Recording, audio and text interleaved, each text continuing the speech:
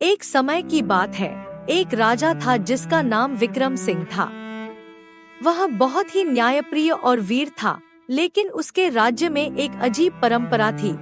हर साल राजा को अपनी सबसे प्रिय वस्तु बलि देनी पड़ती थी, नहीं तो राज्य पर संकट आ जाता। इस बार राजा की सबसे प्रिय चीज उसकी पत्नी रानी सुमित्रा थी। जब यह बात दरबार में फैली तो पूरी प्रजा घबरा गई। राजा भी बहुत चिंतित था, लेकिन परंपरा को तोड़ना आसान नहीं था। रानी सुमित्रा को जब यह पता चला तो उसने मुस्कुराकर कहा, महाराज, यदि मेरी बलि से राज्य का भला होता है तो मैं तैयार हूँ। राजा यह सुनकर दुखी हो गया। वह अपनी प्रिय रानी को खोना नहीं चाहता था। उसने समाधान खोजने के लिए अपने मंत्री और विद्वानों को बुलाया।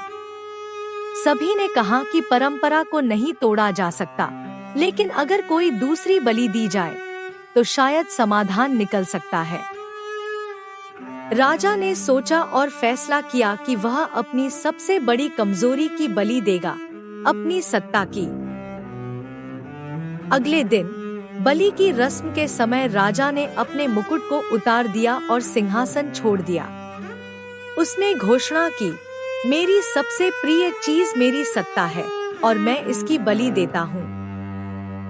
अब से यह राज्य प्रजा की सेवा के लिए रहेगा, न कि एक व्यक्ति की इच्छा के लिए।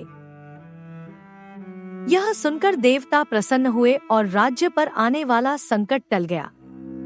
राजा विक्रम सिंह और रानी सुमित्रा खुशी खुशी रहने लगे और उनके राज्य में समृद्धि बनी रही।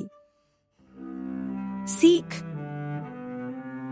त्याग ही सच्ची बलि होती है और सच्चा प्रेम वह होता है जो किसी को खोने के बजाय उसे बचाने के लिए कुछ भी कर सके।